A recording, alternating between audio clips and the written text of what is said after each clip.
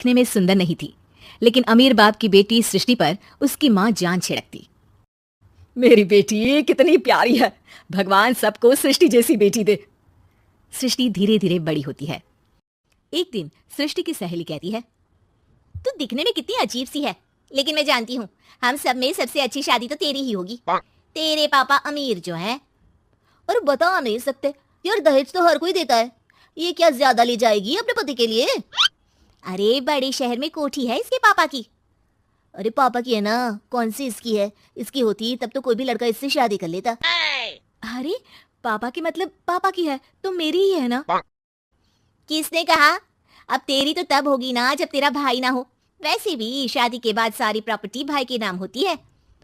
सृष्टि समझ जाती है कि उसे किसी भी हालत में माँ बाप की सारी प्रॉपर्टी को अपने नाम करना है, लेकिन कैसे? एक दिन सृष्टि का भाई शीनू कहता है, बहन क्या कर रही है? तुझसे एक बात करनी है। अरे हाँ हाँ करना, मैं तो तेरी बहन हूँ। बहन मेरी लाइफ में ना एक लड़की है, बहुत अच्छी है। मैं सोच रहा हूँ माँ और पापा से बात करूँ शादी के लिए। सृष्टि को समझ में आ जाता है कि भाई की शादी होते ही भाभी उसे एक दिन भी घर में बर्दाश्त नहीं करेगी। क्या बात है भाई, बताना कौन है वो? यार वो बहुत अच्छी लड़की है, पढ़ी लिखी है, मेरे साथ जॉब भी करती है। बस एक प्रॉब्लम है। प्रॉब्लम? क्या प्रॉब्लम है भाई? यार वो शादीशुदा है, लेकिन उसके पति ने उसे सिर्फ इसलिए छोड़ दिया क्योंकि उसके माँ बाप दहेज नहीं दे पाए। सृष्टि ये सुनकर न जाने क्यों खुश हो जाती है। अरे भाई तो क्या हुआ, लड़की तुझे तो पसंद है ना? शीनू को लगता है कि बहन उसे समझ रही है। वो इस बात से अनजान होता है कि उसकी बहन की मंशा पूरा घर हड़पने की है। सृष्टि अपनी माँ से कहती है, मम्मी मुझे तो बहुत चिंता है, पता है शीनू क्या कर रहा है? अरे क्या कर रहा है, वो तो काम पर जाता है और वापस घर आता है। नहीं ना माँ, वो यही तो नहीं कर रहा, बाकी सब कर रहा है। आपको पता है उससे प्यार है, और वो भी एक शादीशुदा लड़की से। ये क्या हो गया? मैं सोसाइटी में क्या मुंह दिखाऊंगी? अरे तेरे पापा तो यही कहेंगे कि मैंने ही उसे बिगाड़ दिया है। माँ देखो, मेरी बात मानो, पापा पर भी विश्वास करने की जरूरत नहीं है। अब आप ही बताओ, पापा इतनी देर घर के बाहर रहते हैं क्यों, बोलो? अरे बेटा वो तो नौकरी करते हैं ना। तू बहुत भोली है माँ, पापा का ऑफिस तो 7 बजे खत्म हो जाता है, लेकिन देखो कितनी देर से आते हैं। अरे नहीं नहीं बेटा, ऐसी कोई बात नहीं है। सृष्टि माँ को एक औरत से बात करते पिता की फोटो दिखाती है। देखो माँ कैसे हैं पापा, मैं ना कहती थी कि पापा सही नहीं है। मैं तेरे पापा से बात करूंगी, दे फोटो मुझे। ओ माँ वो तो डिलीट हो गई। लेकिन चल, तूने तो देख लिया ना, पापा से बाद में बात कर लेना, और हाँ मेरा नाम बिल्कुल मत लेना। हाँ माँ। अब क्या था, सृष्टि की माँ और पिता के बीच झगड़ा होना शुरू हो जाता है। सृष्टि के मन में क्या चल रहा था कोई नहीं जानता था।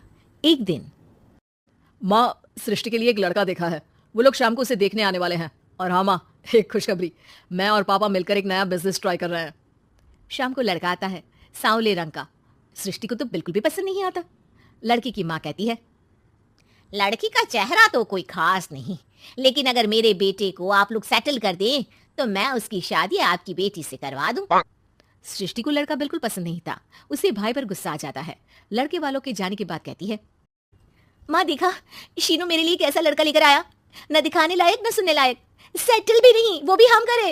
अरे माँ मैं जानती हूँ ये मेरी शादी किसी भी घर में क्यों करवाना चाहता है। अरे कैसी बात कर रही है बहन, तूने तो देखा ना, लड़के को मैंने ही मना कर दिया तुझसे शादी के लिए। जिसने लड़का बताया था उसने उसकी बहुत तारीफ की थी। बात आई गई हो जाती है, लेकिन सृष्टि का मन शांत नहीं होता। क्या करूं, कुछ समझ में नहीं आ रहा। मेरी शादी हो गई तो ये लोग पूरी प्रॉपर्टी शीनू के नाम कर देंगे, मेरे हाथ तो कुछ लगेगा ही नहीं। तभी सृष्टि को आइडिया आता है। वो किसी वकील को फोन करती है। जी देखिए, अगर आपके मम्मी पापा का तलाक हो जाता है तो आपके पिता की आधी प्रॉपर्टी आपकी माँ के नाम हो जाएगी, फिर उसे वो किसी को भी दे सकती है। सृष्टि अब माँ को बेटे के खिलाफ भरती है। माँ शीनू पर नजर रखा करो, वो जिस लड़की के प्यार में है ना वो शादीशुदा है। यहाँ आएगी सारा पैसा रुपया जमीन जायदाद सब भड़प लेगी। पापा का भी हाल तुमसे छुपा नहीं है। ऐसा ना हो कि मैं और आप एक दिन सड़क पर भीख मांगे।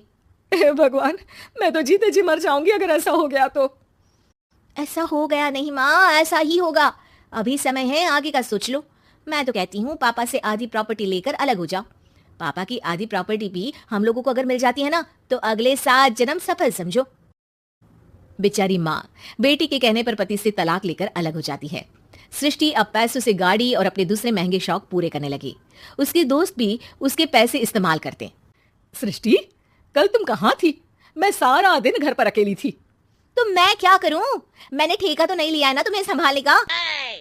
माँ को सृष्टि से ये उम्मीद नहीं थी। वो बैठकर रोने लगती है। वहीं उसका पति यानी कि सृष्टि के पिता आ जाते हैं। मैं जानता था कि तुम्हारा यही हाल होगा, तो आपने मुझे रोका क्यों नहीं? मैं रोकता तो तुम रुकती क्या? सृष्टि के कहने पर तुमने मुझ पर अपने बेटे पर शक किया, लेकिन तुम ये भूल गई कि कैसे हम दोनों ने मिलकर जीवन में इतना सब खड़ा किया। माँ पति के गले लग जाती है। मुझे माफ कर दीजिए, मैंने आपकी कमाई का एक बड़ा हिस्सा गवा दिया। कोई बात नहीं, तुम साथ हो तो मैं ऐसी 7 प्रॉपर्टी खड़ी कर दूंगा। तभी वहां सृष्टि आ जाती है रोते हुए। माँ, मयंक ने मुझे छोड़ दिया। वो बोल रहा था जब तक मेरे पास पैसे थे तब तक ही वो मेरे साथ था। पापा, माँ, मुझे माफ कर दीजिए।